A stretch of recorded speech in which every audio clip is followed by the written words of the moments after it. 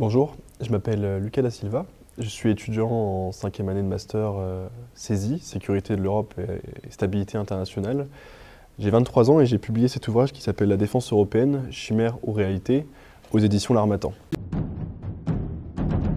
Mon livre, en 3 mots, j'ai plutôt utilisé une expression « autonomie stratégique européenne » puisque c'est le cœur finalement de mon ouvrage. C'est un concept qui est revenu de plus en plus dans le débat public et qui a de plus en plus aussi de couverture. Et dans cet ouvrage, je tâche d'expliquer en quoi la défense européenne a pris un nouveau tournant depuis l'affirmation de ce concept d'autonomie stratégique européenne. Pour résumer brièvement le contenu de cet ouvrage, tout d'abord, la défense européenne, c'est un concept qui peut parfois porter à confusion, qui suscite des interrogations. On a d'abord l'échec de la Communauté européenne de défense en 1954, où on a failli avoir pour la première fois la constitution d'une armée européenne. Et depuis, pendant toute la guerre froide, l'armée européenne, en tout cas les sujets de défense, n'ont jamais été vraiment évoqués de nouveau au sein de la construction communautaire.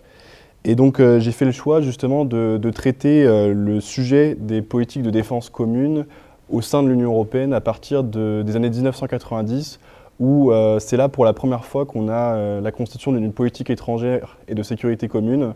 Et donc à partir de ce tournant des années 90, on a d'abord les échecs, ou en tout cas la mise à l'écart de l'Europe sur le dossier des Balkans pendant la crise en ex-Yougoslavie. Mais ensuite, à partir des années 90, notamment à partir du traité de Saint-Malo, entre Français et Britanniques, on a véritablement une nouvelle tournure dans ces politiques de défense commune. Et les premières missions civiles et militaires sont lancées en 2003. Et ensuite, à partir de 2010, on a une période où les États européens consacrent de moins en moins de budget dans leur défense, dans leur armée.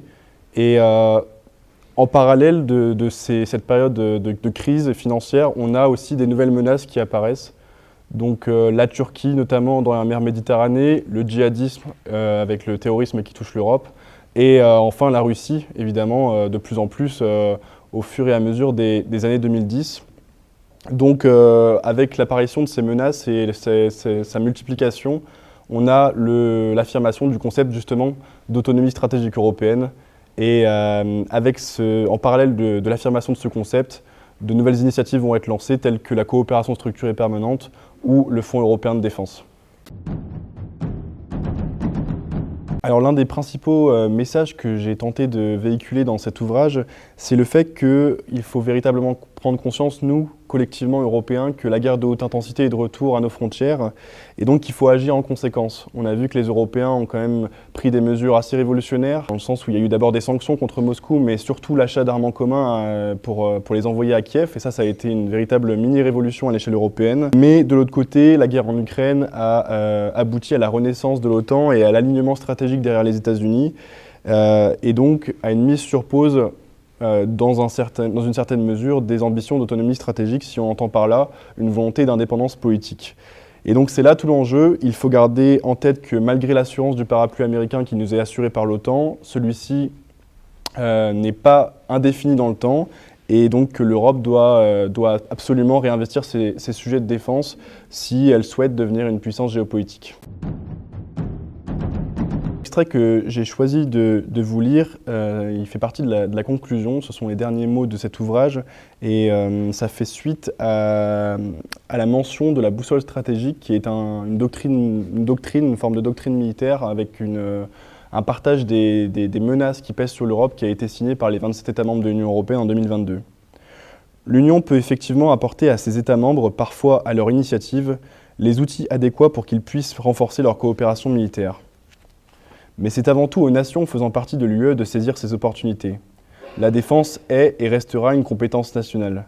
Elle est le ressort le plus perceptif de la souveraineté d'un État, et chacun comprend aujourd'hui qu'il ne s'agit en aucun cas de construire une armée européenne, concept parfois agité à tort, alors qu'il faut avant tout parler de politique de défense commune et de coopération militaire. L'Union européenne, précisément puisqu'elle n'est pas un État, ne possède pas d'armée et se retrouve en mesure d'engager des capacités militaires si et seulement si ses pays membres lui en mettent à disposition. Comme pour l'ensemble des domaines qui touchent l'Union européenne, les divergences nationales se font souvent ressentir et empêchent parfois les avancées. C'est d'autant plus vrai pour les sujets de sécurité et de défense qui sont particulièrement sensibles.